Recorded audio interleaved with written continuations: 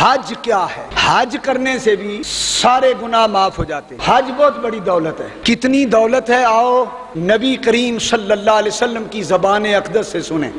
حضور صلی اللہ علیہ وسلم نے ارشاد فرمایا الحجۃ خیر من الدنیا وما فیہا۔ جس بندے کے پاس ایک حج کی دولت ہے وہ 7 زمینوں اور 7 آسمانوں سے زیادہ بڑا اس کے پاس دولت کا سامان ہے۔ دنیا وما فیہا سے ایک حج بہتر ہے۔ ایک طرف ایک بادشاہ ہو، اس کے پاس ملک بھی ہو، تخت بھی ہو، تاج بھی ہو، لشکر بھی ہو، فوج بھی ہو، سونا بھی ہو، چاندی بھی ہو، اور ایک طرف ایک غریب مسکین حاجی ہو، وہ جو حج کا سامان لے کے آیا ہے نا اپنے ساتھ، حج کی دولت، نبی کے فرمان کی روشنی میں وہ وقت کا بادشاہ حاجی کے قدموں کے جوتوں کے غبار کے مقابلے کی حیثیت نہیں رکھتا۔ اس بادشاہ کے پاس کچھ نہیں اور حاجی کے پاس دونوں جہان۔ حضور صلی اللہ علیہ وسلم نے ارشاد فرمایا حاجی جب 9 ذی الحج کو میدان عرفات سے سورج غروب ہونے کے وقت عرفات سے نکلتا ہے تو اللہ تعالیٰ اس دن ایک ایسے فرشتے کو حکم دیتے ہیں